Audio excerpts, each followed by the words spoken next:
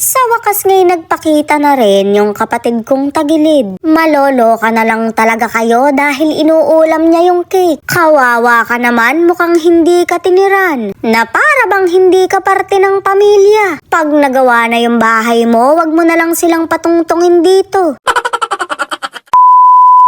Nandito nga ako sa lupain ng kapatid ko para manggulo. Kung mapapansin nyo nga, kade-deliver lang ng buhangin at bato. Syempre may hollow blocks na rin dahil sisimula na yung bahay niya. Medyo malata nga ako ngayon dahil kababayad ko lang. Sunod-sunod din kasi ang deliver dahil sabay ginagawa ang bahay at bakod. Pero tuwang-tuwa na rin ako dahil nakikita ko na yung malaking pagbabago. Mga ilang inom pa matatapos ko rin to. Shoot, mare, wag lang sana akong tumago sa pader. Speaking of pader nga, hindi lang yan ganyan. Babakalan pa yan, mare, para mas aesthetic. Hindi ko na pinapurong bato para tagusan pa rin ang hangin. Napakasariwa pa naman ang hangin dito dahil bukirin. Sa malamang ko nga, dito na kami palagi mag-session ng inom. Makikipwesto lang ako ha, hindi ko kakamkamin to.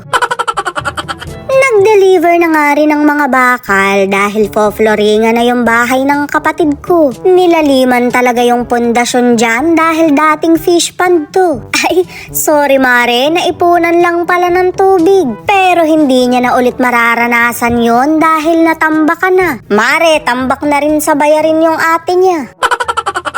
Sa mga nagsasabi nga na matagal ang paggawa, hindi po. Matagal na talaga tong mga video na to, medyo mabagal lang talaga akong mag-edit. Mare, nabisi kasi ako sa mga ganap-ganap sa buhay. Counted naman siguro sa ganap yung pakikipag-inuman. Sino ba naman ako para tumanggi, lalo na't lumpia ang pulutan?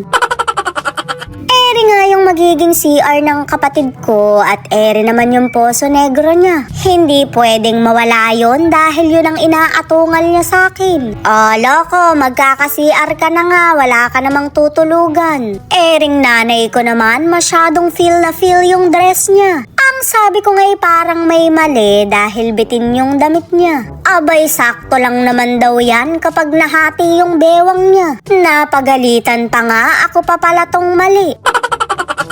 Ang sabi nga ng nanay ko, lumitaw na raw yung kapatid ko. Parang kabuti talaga yon na bigla na lang sumusulpot. Ewan ko ba mare kung sa natutulog yung hinayupak na yun. Ang akala ko nga'y tinana na dahil hindi na nagpapakita. May trabaho nga ang syuta, hindi mo naman makitaan ng pera. Hindi mo malaman kung may binubuhay bang ibang pamilya. Abay, 150 lang ang presyuhan, 10 times a day ka ba tsumupeta? Eme lang mare, baka hindi na talaga umuwi yun. Baka naman nag-iipon lang dahil magpapalagay siya ng bubang. Eri nga yung gate na gagamitin dito, nagaling pa sa farm ng sugar daddy ko. Gaganda pa yan mare kapag napinturahan na. O diba, nandito na yung kabute. Hanep ang ulam, cake. Ang sabi ko nga sa kanya, baka gusto niyang magkape. Kaso mare, ayaw niya raw. Magkapepe, gusto mo? Aruy, hindi tatanggihan.